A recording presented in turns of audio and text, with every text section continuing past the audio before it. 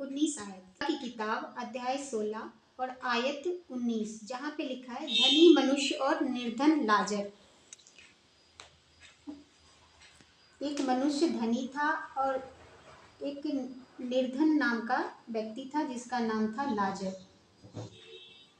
सब पढ़ेंगे कि ये स्टोरी, और उसके बाद से सबसे पूछा जाएगा कि इसको क्या समझ में आया।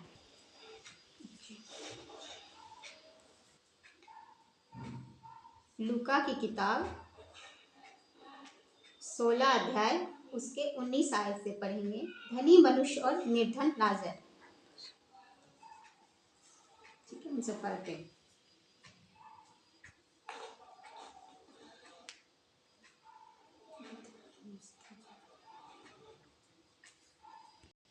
धनी मनुष्य और निर्धन लाजर। एक धनवान मनुष्य था जो बैजनी कपड़े और मलमल पहनता था और प्रतिदिन सुख विलास और धूमधाम के साथ रहता था।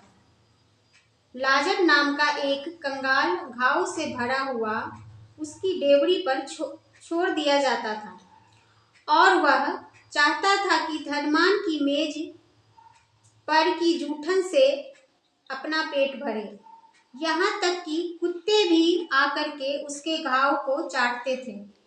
ऐसा हुआ, वह कंगाल मर गया। स्वर्गदूतों ने उसे लेकर अब्राहम की गोद में पहुंचाया। वह धनवान भी मरा और गाड़ा गया, और अधोलोक में उसने पीड़ा में पड़े हुए अपनी आंखें उठाई और दूर से अब्राहम की गोद में लाजर को देखा। तब उसने पुकार कर कहा, हे पिता अब्राहम, मुझ पर दया करके लाजर को मेरे पास भेज दे, ताकि वह अपनी अंगुली का सिरा पानी में भिगोकर मेरी जीभ को ठंडी करे, क्योंकि मैं इस ज्वाला में तड़प रहा हूँ। परंतु अब्राहम ने कहा, हे पुत्र, स्मरण कर कि तू अपनी जीवन में अच्छी वस्तु ले चुका है, और वैसे ही लाजर बुरी वस्तु, परंतु अब वह यहाँ शांति पा रहा है और तू तड़प रहा है। इन बातों को छोड़ हमारे और तुम्हारे बीच एक भारी गहरा ठहराया गया है कि जो यहाँ से उस पार तुम्हारे पास जाना चाहे वे ना जा सके, और ना कोई वहाँ से इस पार हमारे पास आ सके। उसने कहा, तो हे पिता, मैं तुमसे विनती करता हूँ कि तू उसे मेरे पिता के घर भेज, क्योंकि मेरे 5 भाई हैं। वह उनके सामने इन बातों की गवाही दे, ऐसा ना हो कि वे भी इस पीड़ा की जगह में आए। अब्राहम ने उससे कहा, उसके पास तो मूसा और भविष्यद्वक्ताओं की पुस्तकें हैं, वे उनकी सुने। उसने कहा, नहीं हे पिता अब्राहम, पर यदि कोई मरे हुओं में से उसके पास जाए तो वे मन फिराएंगे। उसने उससे कहा, जब वे मूसा और भविष्यद्वक्ताओं की नहीं सुनते, तो यदि मरे हुए में से कोई जी उठे और तो भी उसकी वो नहीं मानेगा।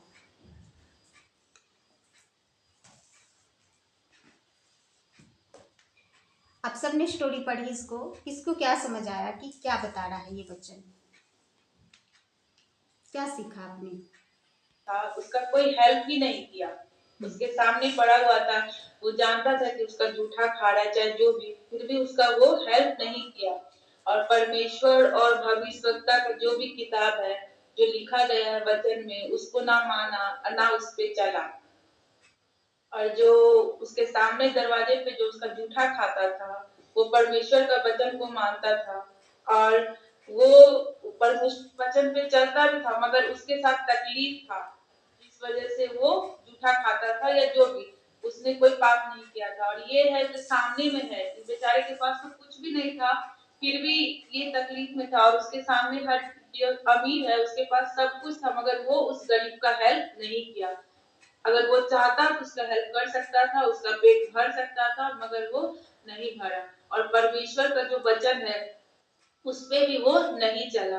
और जब दोनों मरा, तब उसको पता चला कि वो अच्छी जगह पे गया और ये नर्क में गया। तो इसीलिए वो चाहता था कि उसके पास जो भाई है उसको ये बात पहले से ही पता चल जाए, ताकि वो भी इस नरक में ना आए, जो काम वो किया उसके भाई वो काम नहीं करे। इसीलिए परमेश्वर बोल रहे जब वो मूसा, जैसे आप लोग हम सुसमाचार सुनाते हैं, जब हम इनका बात नहीं माना, बाइबल में जो लिखा है उसका बात नहीं माना, तो मरे हुओं में से अगर कोई जी के भी जाएगा तो उसका क्या मानेगा? इसमें यही बिल्कुल बिल्कुल बिल्कुल बिल्कुल यही मतलब है, जैसे दीदी ने समझाया। सो मुझे लगता है सबको वही समझ में आया।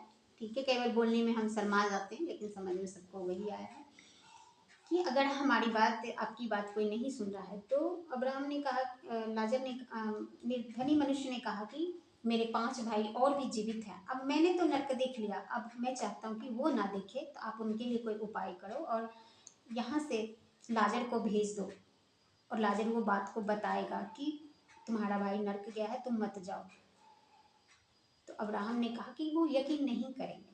अगर आप किसी को यकीन दिला रहे हो, कुछ बता रहे हो सच, लेकिन आपकी बातों को वो नहीं मान रहा है, आप कुछ किसी को सच्चाई बता रहे हो, वो कह रहे मैं नहीं मानूंगा, और आपके पास और कोई तरीका नहीं है।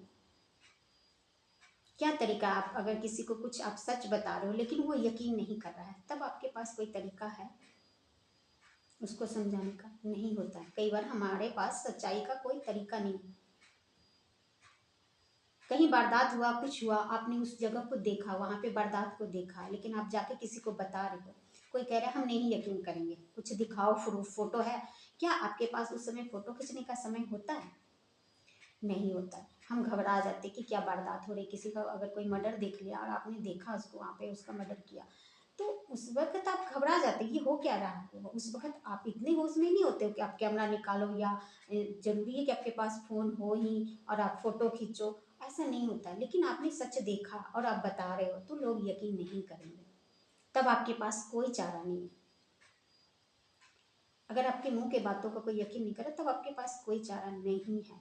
फिर आपको भी ठीक है, अब मानो चाहे नहीं मानो, अब मेरे पास कोई तरीका नहीं है आपको समझाने का। वैसे ही यहाँ पे परमेश्वर सिखा रहे हैं कि आज जो धरती पे है, हमारा वचन है, हमारे लोग जो तुम्हें बताते हैं, लोगों को लगता है नहीं हमारा ये कुछ बदल देगा, हमारा धर्म बदल देगा, हमारा ये बदल देगा, हम इसकी बात नहीं मानेंगे, हम नहीं मानेंगे, लोग अड़ जाते हैं। लेकिन परमेश्वर कहा कि अब इसके अलावा हमारे पास कोई चारा नहीं है। मैंने बाइबल दे दिया है, मैंने धरती पर खुद आकर के तुम लोगों को सिखा दिया है, बता दिया है। अभी भी हमारे लोग काम कर रहे हैं कि जाओ लोगों को बताओ, और अगर फिर भी ना माने लोग, तो फिर परमेश्वर को, परमेश्वर से मिलाने का इंसान के पास और कोई तरीका नहीं है। अगर हम किसी को सुसमाचार सुनाते और कोई यकीन नहीं करता, तब हमारे पास और कोई तरीका नहीं है। हम बाइबल से बता सकते हैं, जो हमारे जीवन में कुछ घटना अच्छा घटा हम उससे बता सकते हैं, लेकिन वो कहेगा ठीक है तुम्हारा हुआ मेरा नहीं हुआ, हम क्यों यकीन करें? फिर हमारे पास कोई चारा नहीं, फिर वो अपने रास्ते, हम अपने रास्ते हो जाते हैं, है ना। तो यकीन जो होता है ना, आज ट्रस्ट पे दुनिया चल रही है। हम कहते हैं ना यकीन, यकीन एक बड़ी चीज है।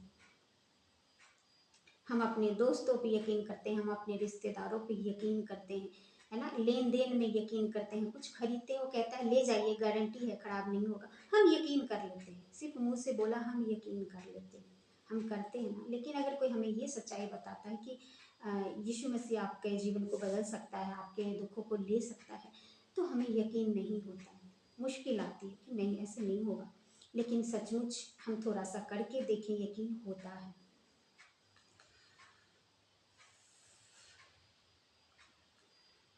यहाँ पे वो जो धनी मनुष्य था, वो लाजर को खाना भी नहीं देता था। जो वो लाजर को उसके घर वाले छोड़ जाते थे, तो वो चाहते थे कि राजा का जो मेज का जो जूठा गिरा होगा, बचा कुचा ही खाना होगा। एक इंसान का पेट भरने के लिए कितना खाना चाहिए, और वो राजा के भंडार में कितना खाना बनता होगा। वो राजा था, उसके भंडार में कितना खाना बनता होगा, उसका कितना जूठन बचता होगा, खाने के बाद भी खाना बच जाता होगा। तो कितना वो चाहता था कि जो मेज पर से, जब टेबल पर से, डाइनिंग टेबल पर से जो खा खो लिया, थोड़ा बहुत, थोड़ा थोड़ा खाना कुछ बच गया, वही लाजर को मिल जाए। वो नहीं देता था लाजर को। आगे ध्यान से पढ़ेंगे, वो लाजर को घर वाले छोड़ जाते थे, लेकिन लाजर को वो उतना भी खाना नहीं देता था। इतना कठोर दिल का था और वो अपने भोग विलास में, अपने सुख विलास में धूमधाम से रहता था। सो परमेश्वर कहते हैं ऐसा मत करना, तुम्हें मैंने दिया है तो तुम भी दिया करना। हम शुक्राना करें कि हमें दिया है, हम इस लायक हैं कि हम पेट भर के खा रहे हैं। अगर हमारे भंडार से अगर कोई 1 रोटी 2 रोटी खा रहा है, उसका पेट भर रहा है, हमारे खाने के लिए शाम का भी खाना है, कल के लिए भी खाना है, अगले दिन के लिए भी खाना है, महीनों का खाना, महीनों का राशन हमारे पास है, लेकिन कोई इंसान भूखा मर रहा है, उसको आज खा रहे हैं, अभी खा रहे हैं कि नहीं खा रहे हैं, उसका ये ठिकाना नहीं है, तो उसका क्या फर्ज है जिसके पास 1 महीने का राशन पड़ा है। वही परमेश्वर हमें यहाँ पे सिखाते हैं। और वो इतना कठोर था कि वो नहीं देता था। सोचो, राजा दान नहीं करेगा, कि राजा भूखे को खाना नहीं खिला सकता, नहीं खिला रहा, इतना छोटा उसका दिल है, तो फिर हमें धन का क्या फायदा। तो फिर परमेश्वर न्याय करेगा कि नहीं करेगा। तो न्याय परमेश्वर ने किया, उसको नरक दिया और उसको स्वर्ग दिया कि तुमने अच्छी वस्तु ले ली। हर एक मनुष्य को मिलेगा। जो आज गरीब है ना, तो वो गरीब ही नहीं रहेगा। परमेश्वर कहते मैं उसको अमीर करूंगा, अमीर करूंगा। सो यकीन करना नहीं करना परमेश्वर ने हमारे हाथ में दिया है। कह रहे यकीन जिसने करना ना उसने कर लेना, जिसने नहीं करना उसको आप हृदय खोल के भी बता दो, कितना भी प्रूफ दे दो। कई बार हमें अपने को बोलने के लिए सिर्फ बताते हैं और यकीन कर लेता है, लेकिन कई बार कुछ लोग जिद्दी होते हैं, कहते हैं हम नहीं करेंगे। हम फिर क्या करते हैं, कस्में खाने लगते हैं, हम अच्छी मतलब जितना प्रूफ होता है अपनी तरफ से जोर लगाने लग जाते हैं। ऐसा नहीं करना। प्रभु कहते जो तुम्हारी बातों पे यकीन नहीं कर रहा, फोर्स मत करो उसको यकीन दिलाने के लिए। कस्में मत खा, कुछ भी ऐसा मत बोल जो तुम्हारी बातों पे नहीं कर रहा है। यस या नो, हाँ कि हाँ, ना कि ना। आपने सच बता दिया, यकीन करना ठीक है, नहीं करना नहीं करना। अगर कोई बोला हम यकीन नहीं, हम भाई हम और नहीं कुछ कर सकते, मत करो, छोड़ देते हैं हम ऐसे लोगों को,